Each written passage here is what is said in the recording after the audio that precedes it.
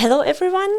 Welcome back to the podcast Impact Missions. And I'm very happy and proud to be here at the first official episode with a very cherished guest of mine, which is Professor Dr. Judith Walls. We know each other from my time at the university, right? When I was here a PhD student, we were just starting. Judith, let's just quickly introduce Judith. She's a professor and chair of sustainability management at the Institute for Economy and the Environment of the University of St. Gallen here in Switzerland. She has international experience from all around the world, including Hong Kong, Mongolia, US, Canada, and now Switzerland. Beyond research and academia, she has worked in the industry and NGO. And in your research, you focus on sustainability management, biodiversity, and teaching. Mm-hmm. And we will touch upon all of this. Great. But before that, I wanted to ask you how you are doing. We have just talked about this. It's shortly before Christmas. This is a short disclaimer to the listeners. This will go out first in the new year, but we are recording right before Christmas. So it is a busy time, I assume. It's a busy time, but I'm excited to be here for your very first inaugural podcast. So how could I refuse, right? Thank you very much. Yeah, it's new for both of us, but I think we will just manage well. We'll manage. Yes. Yeah. And the University of St. Gallen is right behind us. Very beautiful day right now. You came here in 2019, right? Yes. Directly from Singapore. Mm-hmm. So how was it coming here from? Like, it's quite of a different environment. It is. It's completely different, and not just in terms of geography. I mean, I think that's the obvious, right? Different climate, different location, different culture. Singapore is obviously in Asia, sometimes even called the Switzerland of Asia. But I think what was the biggest transition for me is that I had not really lived in Europe for more than 20 years, maybe even 25 years. I would have to backtrack exactly how long. So it was really a big shift in that sense, that I have really been abroad in different countries in North America and Asia for many, many years in between, also some time in Africa. And, you know, I think when you leave a place for 20, 25 years, you have assumptions about how this place still is. And of course, it changes during this time. So there were a lot of also new things for me to learn and things that had shifted. So my expectations also had to change. Right? Yes. Yeah. And can you just name one or two quick ones? Because that's quite interesting. I mean, first of all, the language. You know, I learned German when I was very young. I went to a Swiss school for a year, and then I interned many years after that during my studies every summer.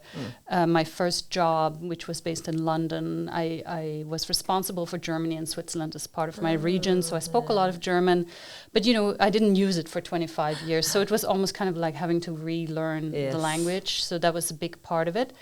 And I think more in the university setting, what surprised me a lot was how the female students viewed me, and they really viewed me as some kind of role model. They would come up to me sometimes after class and say, it's so exciting that we have a great female professor. And I was a bit taken aback by this, because I felt like Europe was maybe, in my mind, a place where there was already quite good gender equality, and I didn't expect that it would be such a big deal for them that there's a female professor at the front. Yeah. Super interesting. And this really touches upon one of the topics that I really wanted to discuss with you, but maybe we'll get back to this later. But it's it's very interesting to hear that one would expect that Europe is much further in that sense, and then 26 years ago when you came, you haven't seen that. But yes, let's get back to it. But exactly, you have also touched upon the fact that you grew up here and you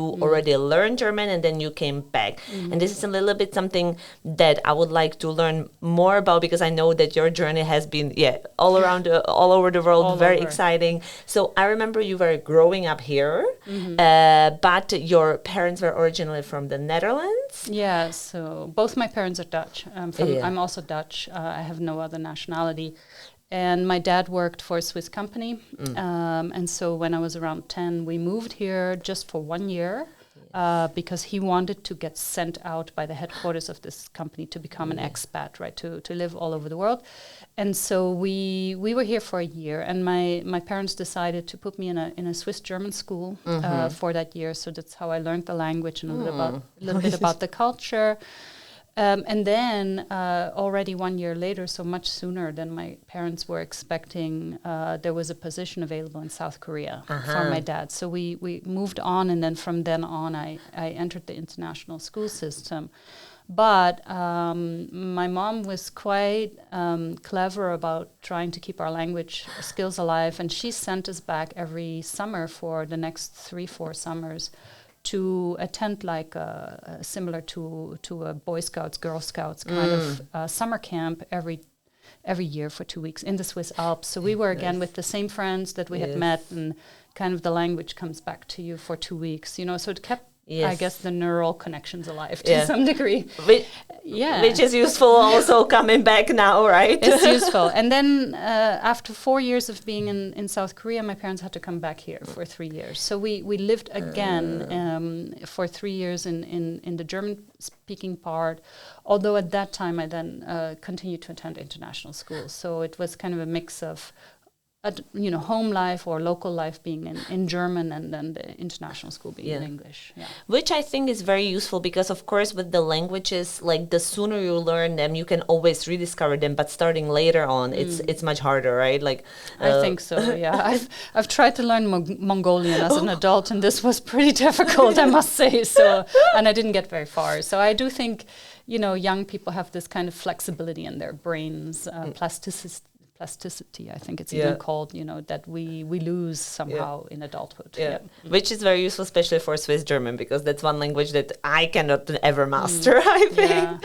I think that's the biggest surprise sometimes for people here. I typically speak English at the university, so people already have a tendency to ask me, but do you speak German? I say, yeah, I do, and then they're surprised, especially when I start to speak Swiss German to them, because they're not expecting that. And they're very pleased about it here. They like it. Yes, if you can speak it. But then you kept on moving, right? From Switzerland, you went to afterwards, still with your parents or already on your own? Yeah, so partly with my parents. So first South Korea, I spent kind of my early teenage years there. Then we were back in Switzerland for 3 years. At which point I finished high school and went to university in Scotland. Then I worked in London for a while, and then with my husband, who I had met at university, we decided to move around as well. So we lived in like Singapore, Hong Kong, Australia, North America, I should say, USA and Canada.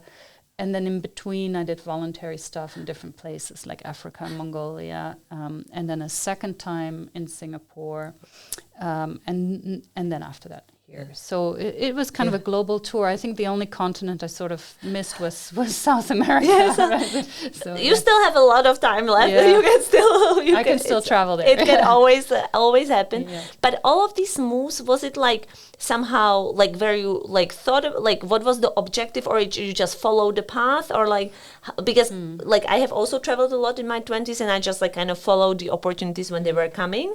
So like what was there some like objective that you were following, or the positions were coming up, or?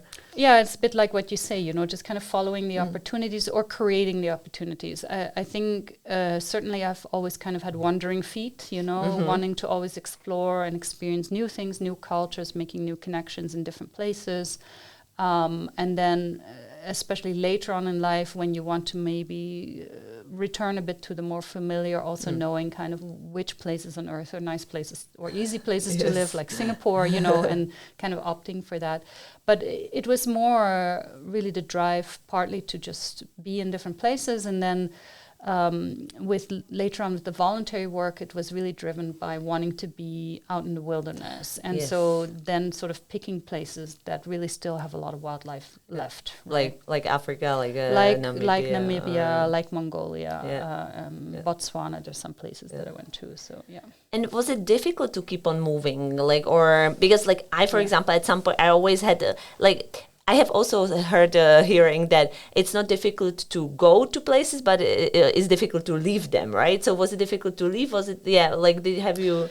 Yeah, I think growing up already with a relatively young age, moving around, it was kind of normal, right, for us that everything is kind of transient or temporary. And I think that's also a bit my attitude towards life, that things are never permanent, right? So they always transition or change. So even if I was not the one moving, maybe somebody else who I knew would be moving. And so naturally you build in a lot of adaptability and flexibility. But I would not say it's always easy. You know, I think, of course, it's exciting.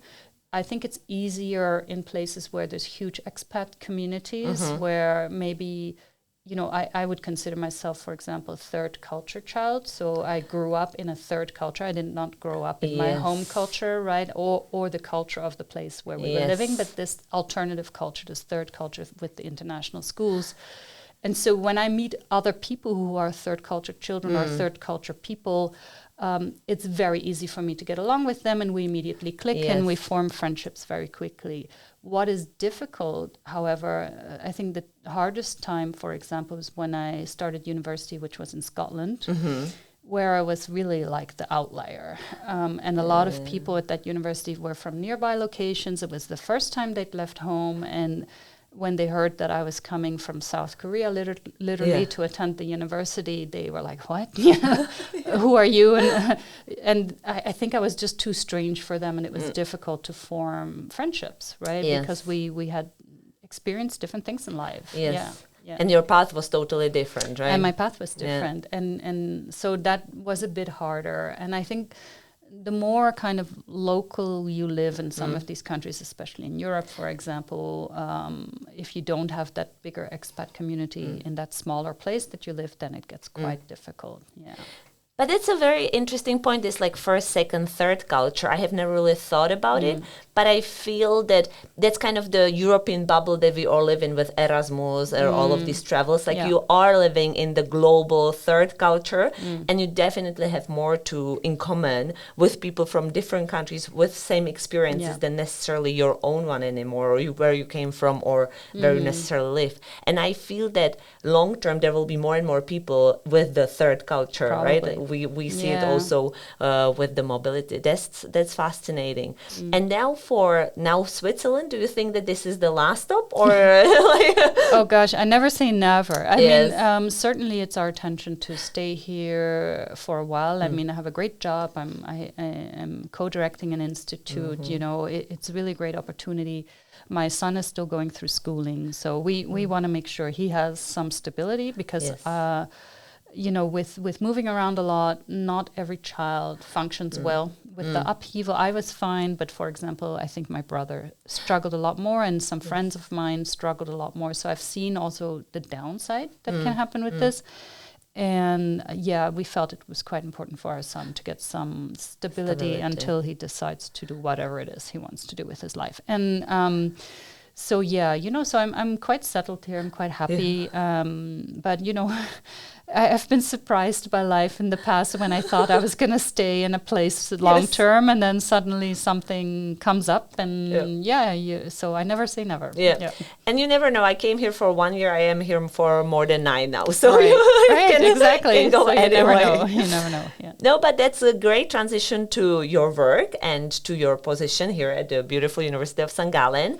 So tell us a little bit more about your role, because you are both a professor and a chair for sustainability management, which is quite interesting. So can you tell us what the difference between the two is and what your main job is? Yeah, I mean, I think between professor and chair, there's not such a difference. The chair position usually just comes with some kind of funding in the classic academic system. I think what's unique here at the University of St. Gallen is the institutes. So we have many institutes, including our institute, which focus on sustainability topics. And so within that, I have my chaired position for sustainability management, which just means that I receive a little bit of support from the university, like all the other chairs, to have PhD students, for example. So, you know, that is really what it is.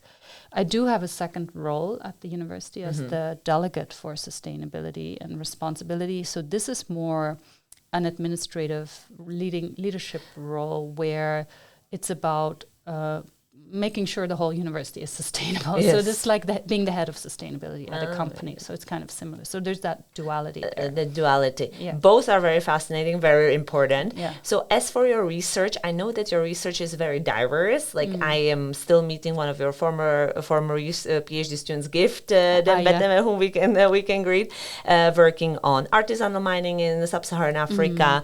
Other students were looking at management, company sustainability. So what is your main research focus right now and your team's focus? Yeah, it is diverse, especially working with PhD students and co-authors. But I think the overarching theme for me is governance, right? Okay. How do companies govern their sustainability, topics? And that's a broad topic. Governance is kind of all kinds of things, but it can include, for example, how a mining company behaves in sub-Saharan Africa if it's an international company, or how companies engage with suppliers, or what the leaders inside the company decide to do or not to do, and the structures and processes and psychology behind that. So it's a very varied field, which also makes it an exciting field. Yep. But I think if I were to sort of use one word, I would say sustainability governance. That's kind of what I look at in the corporate setting.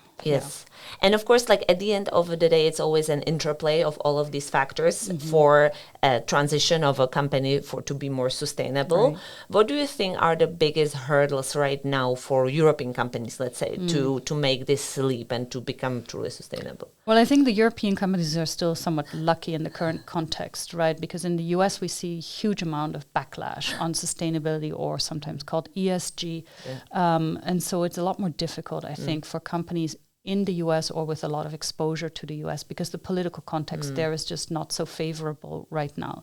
However, in Europe, we've seen recently a lot of new regulation come in under the so-called CSRD, the Corporate Sustainability Reporting Directive. So this is regulation that companies must disclose a lot of information about what they're doing in sustainability, everything to do with supply chains or where their products come from, the raw materials they use, how they impact climate change or biodiversity, how they deal with local communities, their workforce, DEI, all kinds of topics would fall under that umbrella. I think the main challenge for European companies has been and still remains to be that they become compliant with this new regulation. And some of the companies I've spoken to have said they have, hired between 70 to 100 people just to get themselves ready, and that includes external consultants. But so I think what they're struggling a bit is with talent, attracting the right talent, people who understand sustainability well enough to be able to kind of get them ready for that space. So, it's been a hurdle. But I think to some degree the regulation is overwhelming, but it's also helpful. We, with this new kind of standardized reporting, what will happen is that we can start to more directly compare what companies are doing. Previously, companies just reported whatever they wanted on sustainability, or didn't report, right? And changed their mind about what they reported.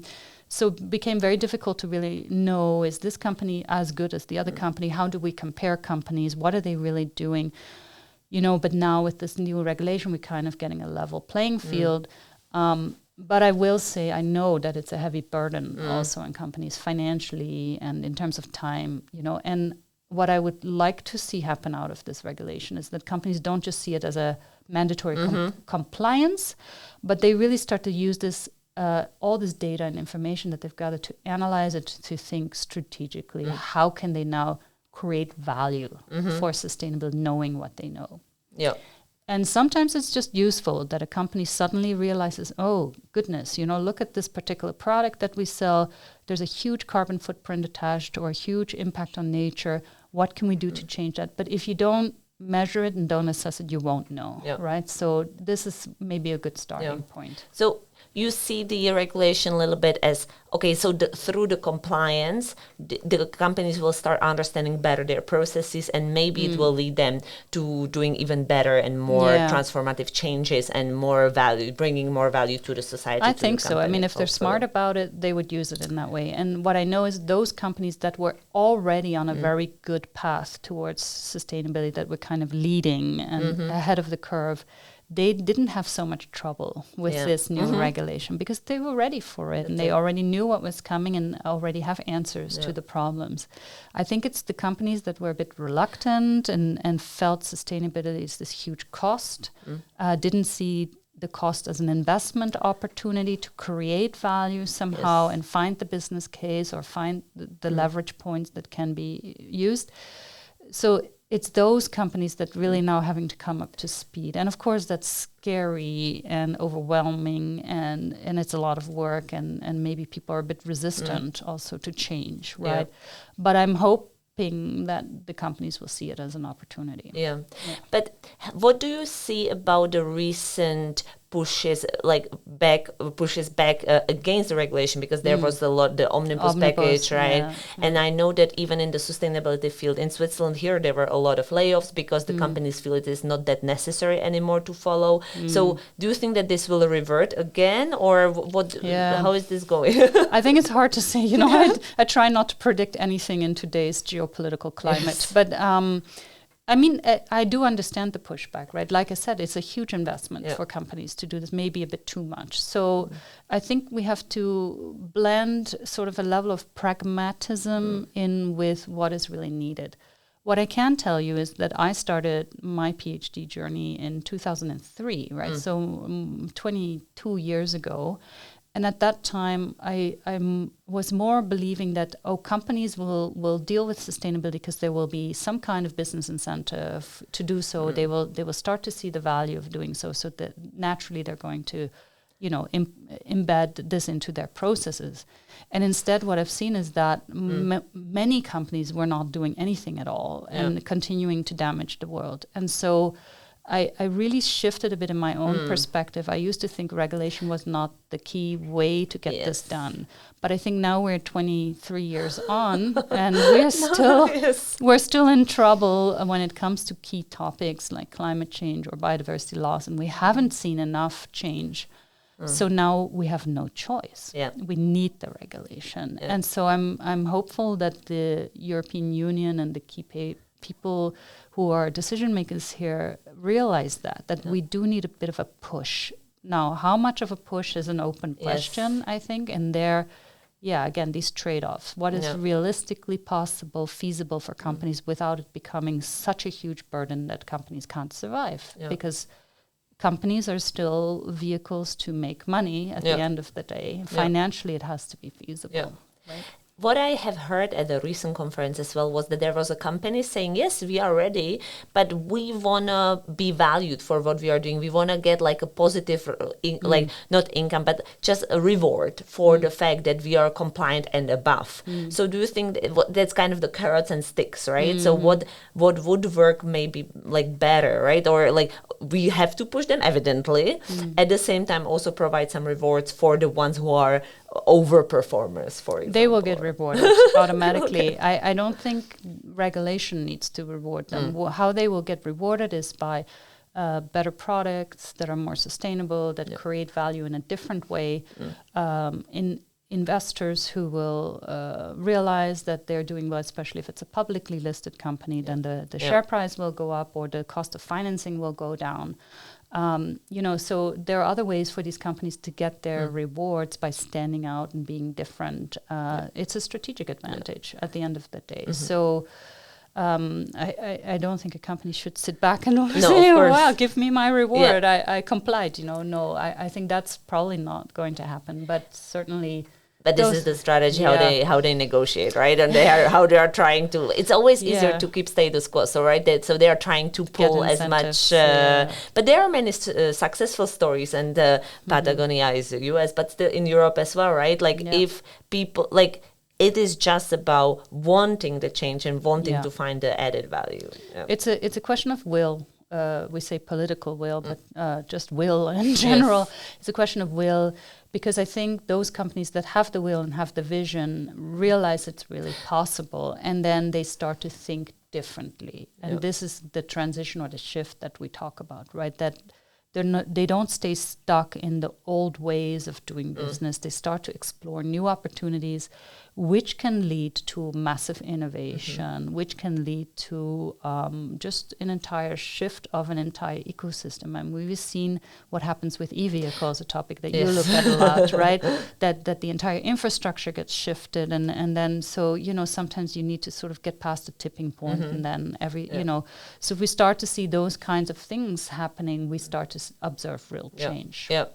Which, unfortunately, with the e-mobility, there was and still is a big pushback from the current. The pushback we will always get. People don't like change. You asked me earlier, how was it to move from country to country? It's the same thing. A lot of people don't want to leave the place that they know and are comfortable with, or leave their friends or family. It's a massive change to remove yourself from a known situation to an unknown.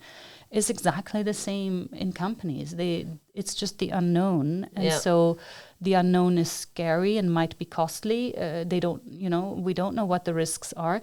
But I think with a topic like sustainability, unfortunately, the risks are even more if we stay.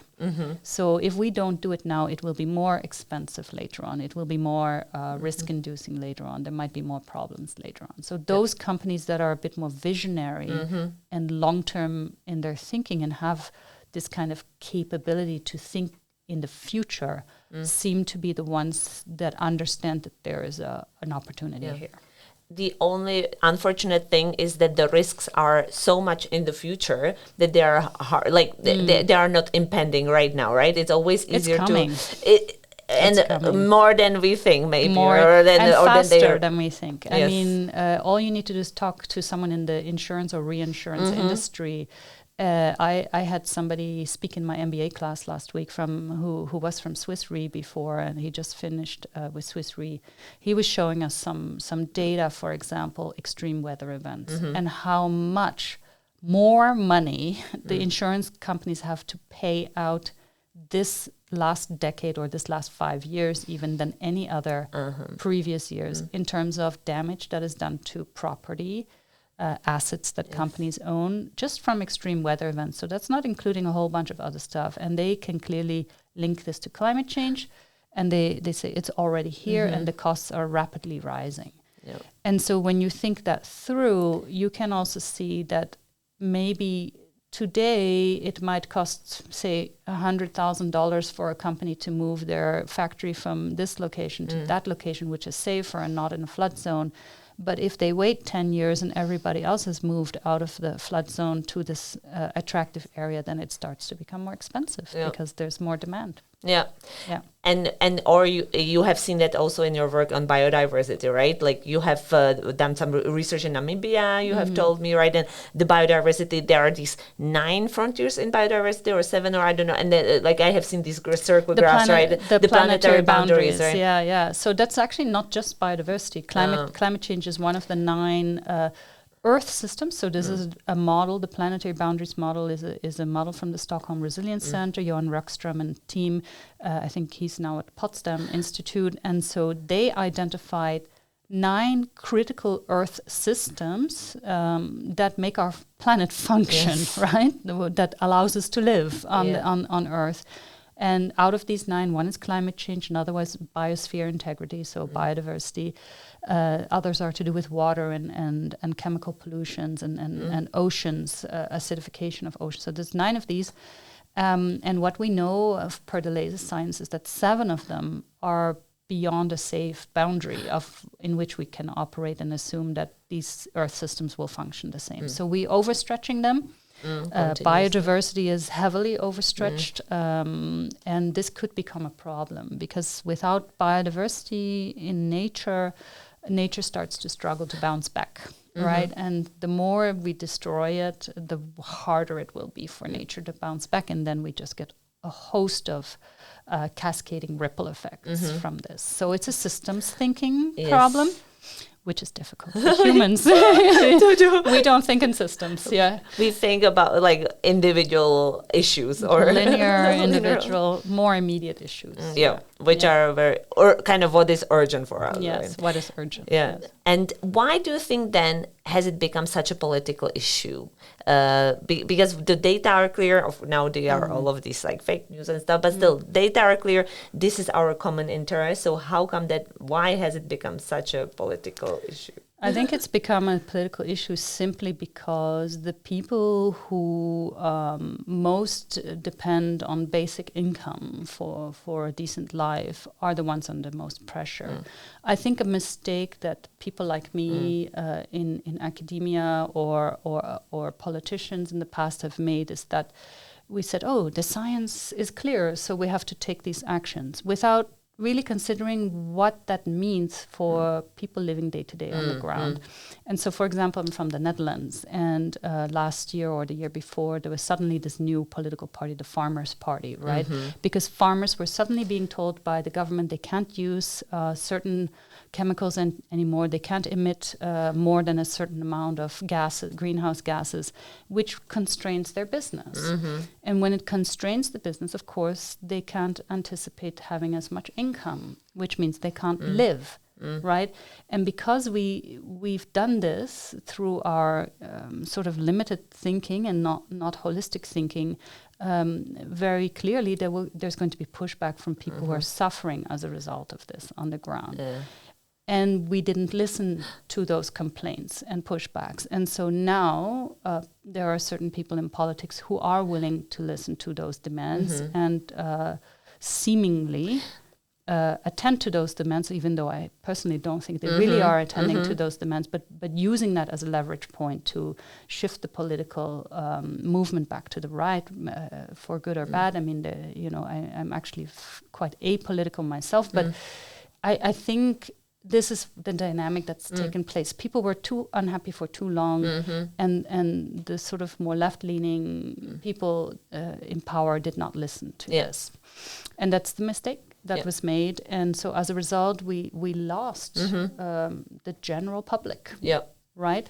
And when you lose the general public, that's dangerous. I mean, Andy Hoffman, who was my mentor during my postdoc at the University of Michigan, he has often talked about how climate change is not a debate about facts. I mean, we know the facts when you work in science, but you cannot use facts to convince others who maybe deny that climate change exists, for example, in a North American context. We can't use the facts to convince those people. So it's actually a cultural debate. It's a debate about ideology. It's a debate about views, worldviews. And I think scientists don't, especially natural scientists, don't understand social science. I'm a social science, but I'm a business scientist, so I'm also not really understanding how these cultural processes work, right? So I think that's the disconnect and the mistake that we made. And I like on the political side, like I think that the liberal parties have lost trust from the general public, right? And then the turn is, okay, if I have lost trust somewhere, I will then trust someone else, right? No matter whether then they fulfill the promises that they have run on or not. I mean, trust in politicians anyway is a tricky problem. I mean, I don't think I trust any politicians, to be quite honest with you, but it's not just politics, right? We see that the general public has lost trust in science. And that's highly problematic because if we are making decisions that are not informed by science, how are we making the decisions? Is it based on something like superstition or pseudoscience or just someone's random opinion? And that can work for a while. The problem is that the science is the science. And so when we talk about a problem like climate change or biodiversity loss, this is not going to go away just because we believe it's not relevant now. It's only going to continue being, the scientific problem, the scientific process is continuing. So climate change will continue. If we keep emitting greenhouse gases, they will continue to make our planet hotter. this is a scientific fact, right? So we must intervene. But if people don't trust that science anymore and say, oh, for whatever reason, I don't believe that, or I think, this is not the right way to think about it, or, humans will solve it through technological innovation. Maybe. It could be. I'm not ruling it out. But do you want to bet your life of the grandchildren on that? Yes. So this is a bit the question, right? Yeah. And the science actually doesn't lie. The science will continue to show that this destruction of these 9 Earth systems is continuing. And why have we lost the trust in science? Like what was is it the miscommunication, or misalignment, or possibly? I actually don't really know. I often think about this. I wonder if part of it is that that I wonder how we are educating people. For example, in schools, and to what extent and how educated people really are. And I'm making a lot of average assumptions now, because we have some very highly educated people in many places, in all places of the world, and some people who are illiterate. But, I've read sometimes reports about the average reading comprehension of, say, a North American, a U.S. citizen is something like 9th grade, right? Now, my son is currently in 9th grade, and he's a smart kid, but if he was making a decision about the future of our planet, I would say maybe you need to slightly more education, or discuss with some experts, right?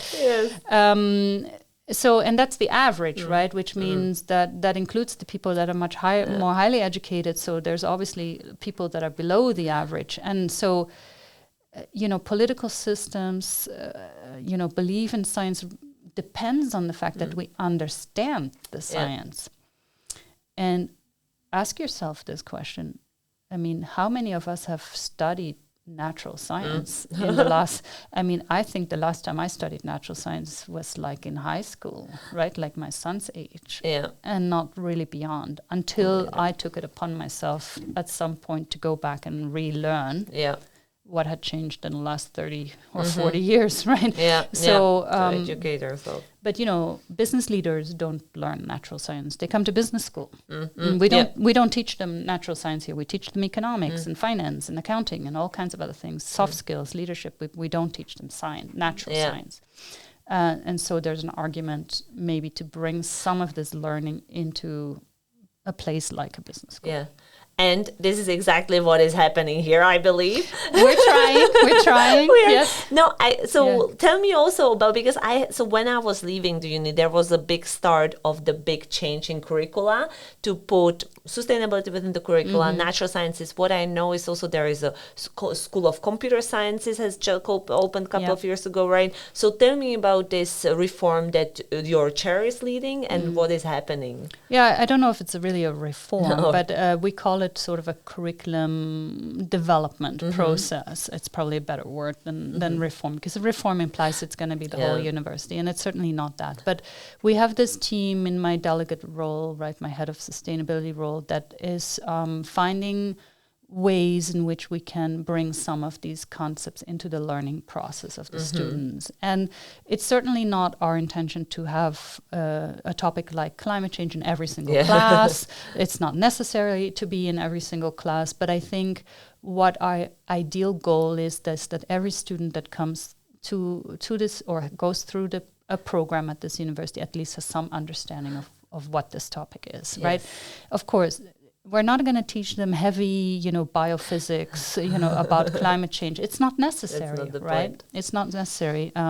Actually, a chief sustainability and innovation officer of Holcim previously, Magali Anderson, told me at one point that it wasn't important to her that everybody understood how climate change works. What was important is that the people in the company understood how to decarbonize concrete, right? So all they needed to know is that we have to take the carbon out of the process of making concrete. How do we do that? They don't need to know the rest of the dynamics about climate change. And I feel it's kind of similar here, right? I think our goal is to make sure people have a basic understanding of this topic beyond just reading the news, right? Really kind of familiarizing them with the vocabulary, familiarizing them with what is actually the problem, familiarizing them especially with what kinds of solutions are out there. And so as part of that, as you well know, my co-director Rolf Wistenhagen set up this master's program, which is like a certificate program. So this is a program, an additional program that students can take beyond their normal, whatever they signed up for. If I'm doing a master's in innovation, business innovation, I can also take the MAX, which is the Managing Climate Solutions program, to top up my education. So that's one way of doing it. And we have several of those programs now, one on master's level, one on bachelor's level, a new one is coming in. But then on top of that, it was also important to us that more generally, maybe professors who are teaching courses out there consider ways in which they can bring some of these sustainability topics in. And that's a wide word. It can be anything from gender and diversity to climate change and stuff in between, right? So sustainability is really wide-ranging and broad. It can be about justice, it can be about ethics, so many things. So we've been working also directly with professors, trying to help them in their syllabi when they're designing, because often we hear, for someone who doesn't know what to do, sometimes we get this comment, but I just don't see how climate change can be part of my course, right? Because, I don't know, because I teach finance. Could be any topic, right? Because I teach computer science. And I say to them, well, if you're teaching them computer science, basically you're teaching them to code and understand computer language. You can give them an assignment on how to code something around climate change, or So it's more the context that you bring in as examples, as assignments. I said you don't have to teach them climate science. You can just ask them, and like in finance, I said you can ask your students to financially evaluate a company and also evaluate their sustainability. And how do the measures compare? Is it a different way? Can you use the same approach? Do you have to do something new? What kind of databases are out there, right? And so then it opens the field up for students to really think a little bit more about these topics.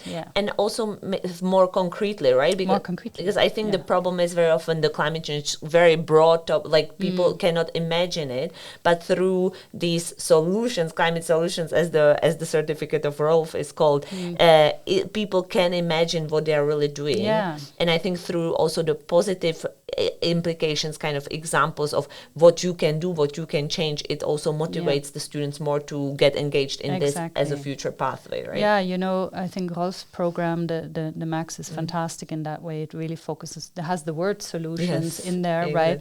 And we do now at the bachelor's certificate program in sustainability management, so it's a little bit broader. So some of our students have looked even at really basic things for their final project, like can we bring a blood donation drive to campus, right? That's also a social good, right? We're donating blood, and students are young, fit people most of the time, so maybe they can afford to give some blood,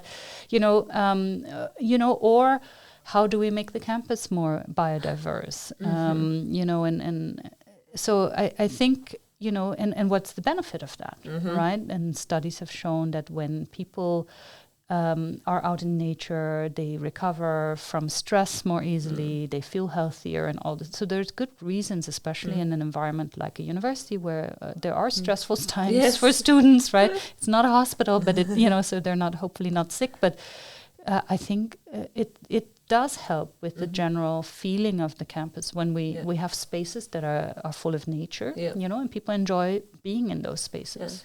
And as you have said previously, sustainability is a very broad and diverse topic, right? So even the solutions are very broad and diverse and maybe seem unrelated to the climate change, but they are because also the ESG is always like environment, social, governance aspects. So it's all connected, right? It's all connected, And now I'm seeing a lot of changes in the past, right? There is like a huge discussion about AI, social media, the new generation coming in, the education system. Like, how is that playing into the education now? Well, I'm really not an expert on AI. So I will confess I've used ChatGPT exactly once, and not even the open one, but the one that we have closed here at the university, because it's new. I'm scared of change. Example. And I have many other things to worry about right now. But I do think from my observation, the students are very comfortable with AI tools, even my exec education students, right? And what I really have noticed in the last 2 years is a shift in terms of It used to be for a lot of the assignments I gave, people had to invest a lot of time for information search. This is now very quick. Yeah. Right? Very quick. You if you do the right prompt in ChatGPT, you can get a lot of information. Yeah. So I think what has happened now, it's more about what is the quality of that information. Can you trust what AI has given you, because it makes mistake and has hallucinations. And then secondly, more importantly, what do you do with that information? I mean, that hasn't changed. So I've always tried to push students to think critically, to think analytically, to think holistically, to think about systems effects, ripple effects, right? So yes, it's much faster for them to get the information, but it's still no different in terms of what they then have to do afterwards with using that information in the way of shaping their thinking. Yeah. I guess what has been more difficult is knowing whether or not someone is plagiarizing or using AI in assignments. So I still am struggling a little bit with that. And with social media, honestly, I don't know. I guess that's also been something for students. I mean, I'm thinking more about COVID times, right? Where we had a lot of online stuff and people were only digitally connected. And there it became very clear to me that digital connection is great, but it's not enough. It's not enough. And we really need the face-to-face interaction. There was a lot of resistance in the beginning, shortly after COVID, for people to come back to class. We really struggled. So one thing I now unfortunately have to do is mandate that people come. So if they miss more than 20% of their class, they fail my course. Yeah. It's unfortunate that I have to put this regulation. You know, I don't like to be sort of policing people. But what has happened as a result of that, I saw a huge positive impact from having this small thing in my curriculum that people must rock up. And when they do rock up, I make sure they have a good time and they learn something, right? So I'm not making them suffer when they're there. I'm really trying to use innovative teaching methods to engage them, to really have interaction between them so that they also not only benefit from just the pure learning in concrete terms, but also very kind of tangentially socialize or you know, reflect with other people to get a different perspective, right? And I think that is really important about the human connection. No, I'm definitely a proponent of a human connection meeting in person. And I know that people are lazy. They say, no, we can just do online call. But no, like there is something happening when you meet face to face. So like I was really glad that you suggested we do this physically, right? I've done podcasts also on screen and they're fine, but I think this feels different. It is a total different thing. Exactly. And last on this topic, so you have touched upon this a little bit, but what should then the students or take away, or even us, for the future to be able to tackle the biggest challenges? Like you try to teach it a little bit. You were talking about the plurality of the issue, but like what should we try to how are we going to become ourselves more agile to what's going to come? I mean, my goal has never been to let's say, for lack of a better word, brainwash people. Like, I'm not here to try and convince you that you must do something about climate change, for example. I do want to create a vocabulary for students so they understand the topic. I encourage them to ask a lot of questions that they may have, and people do have all kinds of questions of things they've read in the news or whatever, and then we can clarify what is real and what is not. But my main goal is future readiness, right?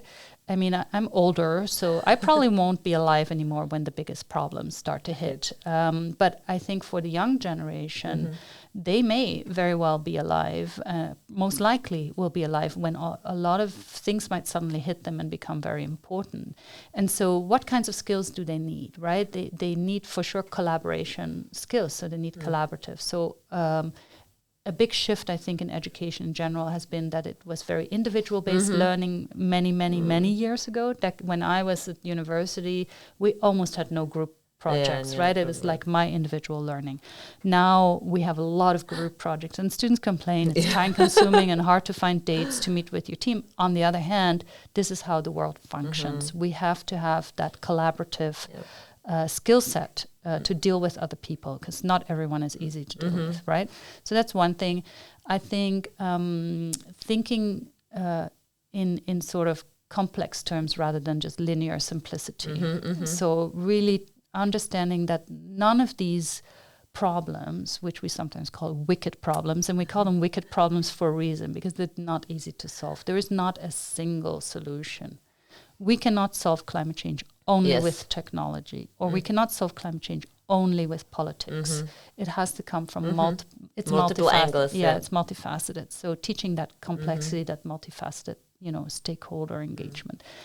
And I think forward and future thinking is also really important. I increasingly see that we, through our biology, have limitations, severe cognitive limitations. We are not designed to think long term. We're designed to think immediate. Right, what is important now? What is urgent? How do I prepare for the next, year?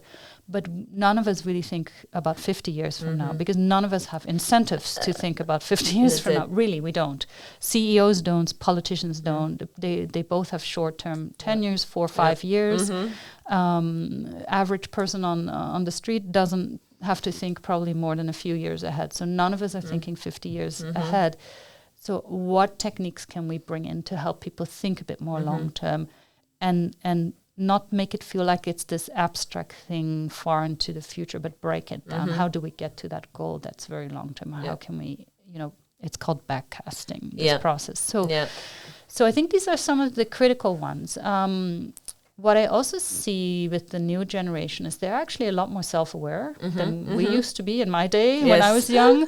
There's a lot of emphasis on topics like mental health, taking care of yourself, which I think is actually kind of encouraging, because I think that kind of, maybe it's a value system or outlook on life, might actually connect better with sustainability issues than the more kind of selfish, individualistic, world that I grew up in. Yeah.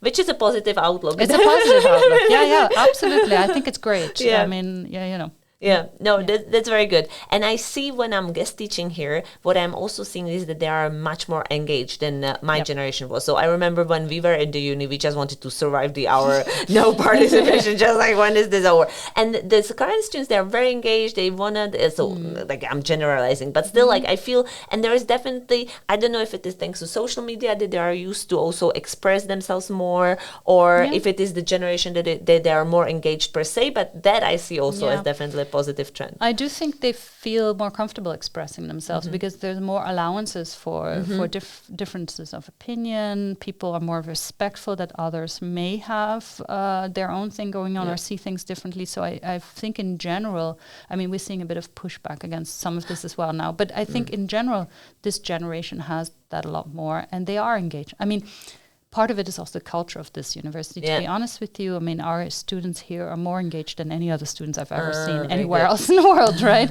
And I've seen some great universities and some great students, but here it's like embedded in the blood and culture of the university. So we have very engaged students. But I agree with you, right? They really are super eager, right, to be involved in the process. And I think that is really the best news we can have, because the last thing we want is apathy. If we have apathy, we're lost. And this is partially why we ended up in this situation. Right?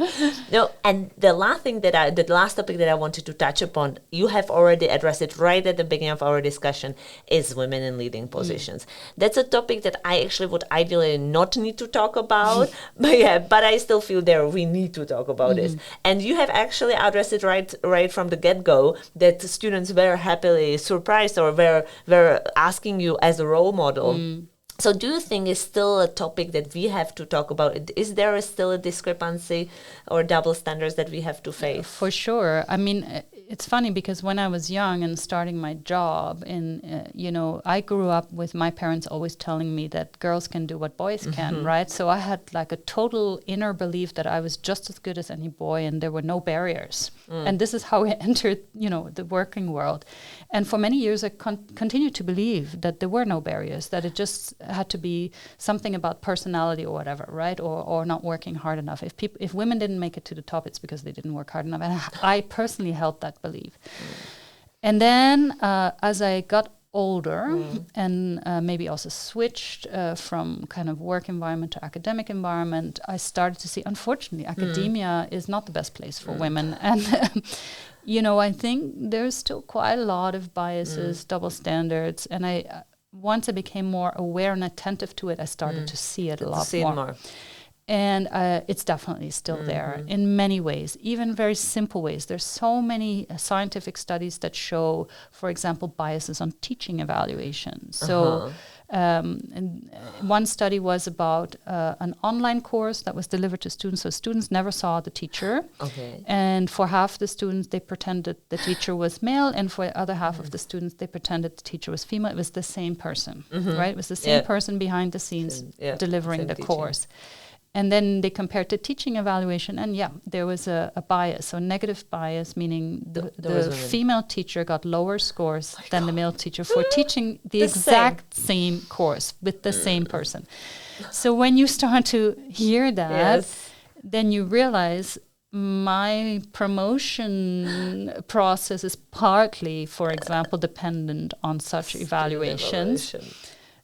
Or if students feel they can more easily complain about something that a female professor does than a male professor, for example, or whatever, then these issues might actually interfere with my own career path, right? And so it's a very systemic bias that both women and men have. So it's not just that the men are somehow evaluating women differently. It's actually the women also evaluating women differently. Differently, exactly.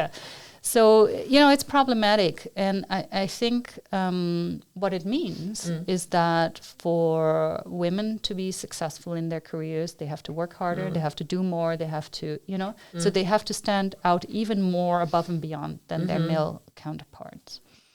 Yeah. I think it's part of culture, right? That as you were saying, that the women as well as male students are evaluating women more. It's a bias. It's a bias that is embedded within our culture. Yeah. And I think, as you have mentioned, that the women have to work harder. I have then heard that in the US context that women from a minority have to work even harder, right? So it's kind of compounded afterwards. I mean, again, not my area of specialty, but I'm certainly in some networks of female professors globally, which basically means mostly North America, because that's where most of the professors are. And of course, there are women of color in that group. And some of the things I hear, honestly, it's so disheartening. And as someone who has lived and grown up in so many diverse cultures, I forget that I don't see the skin color anymore. Because for me it's normal that maybe I see a person from Singapore who looks different than I do, physically different.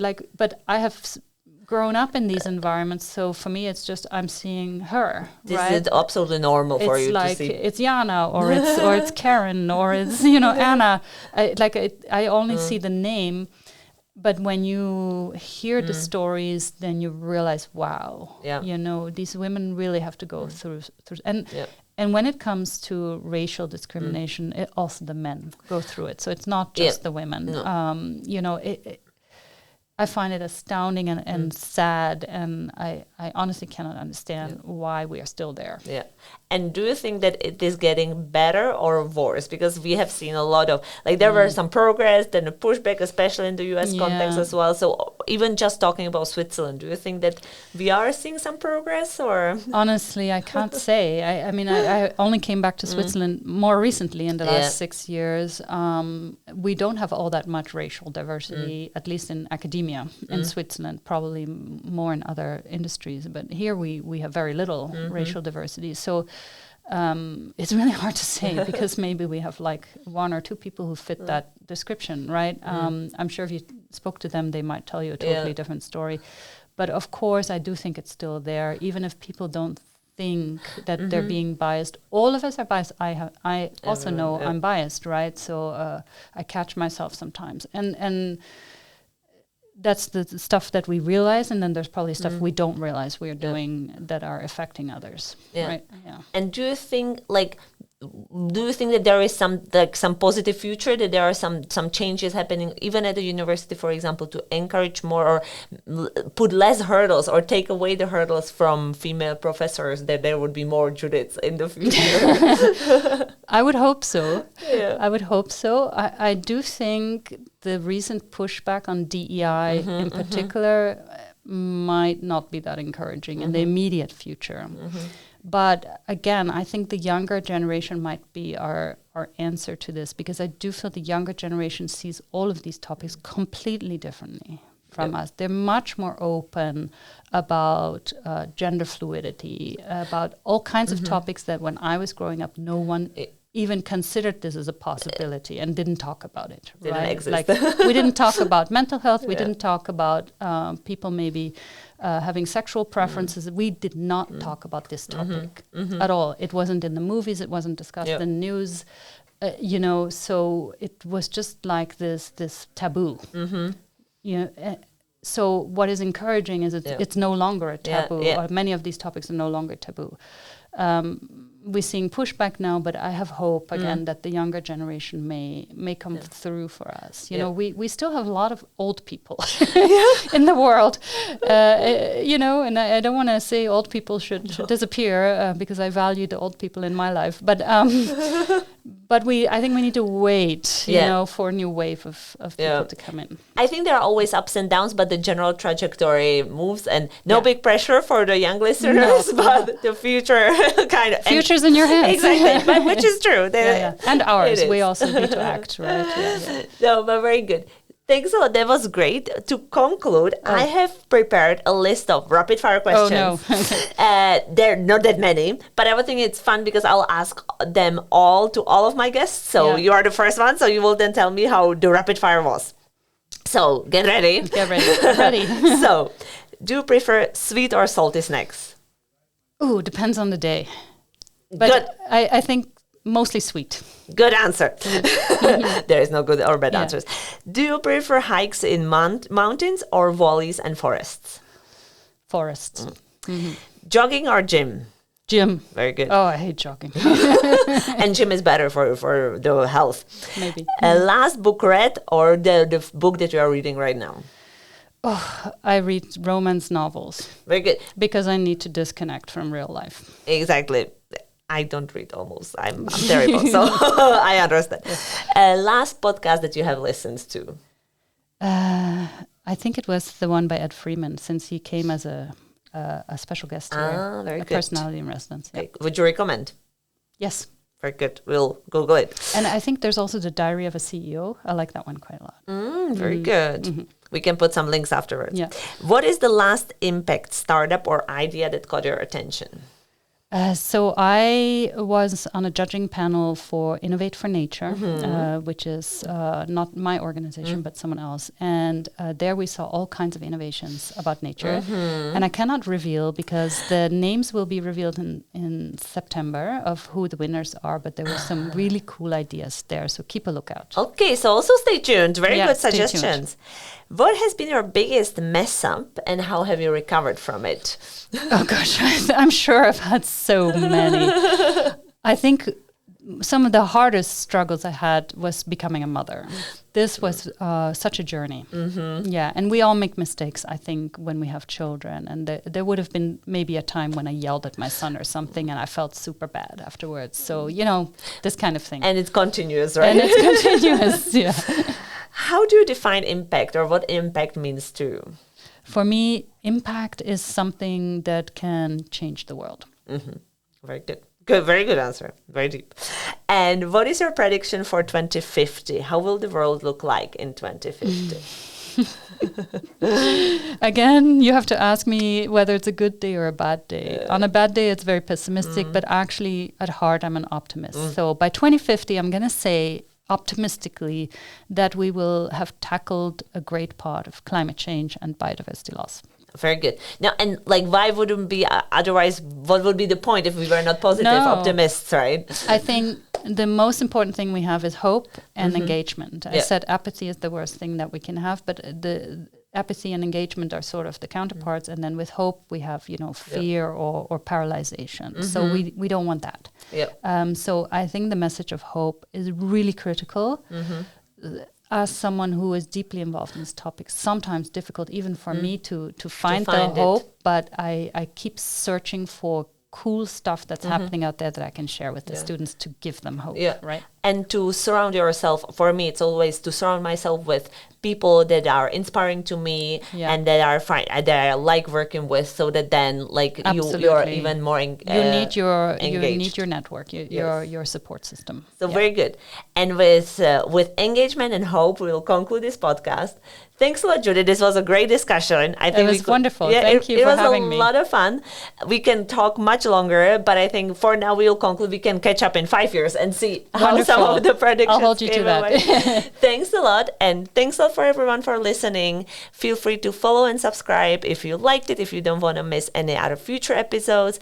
And also feel free to share any comments too if you have any ideas for what we should talk about next time. And until then, have a great start of the new year and see you next time. Bye.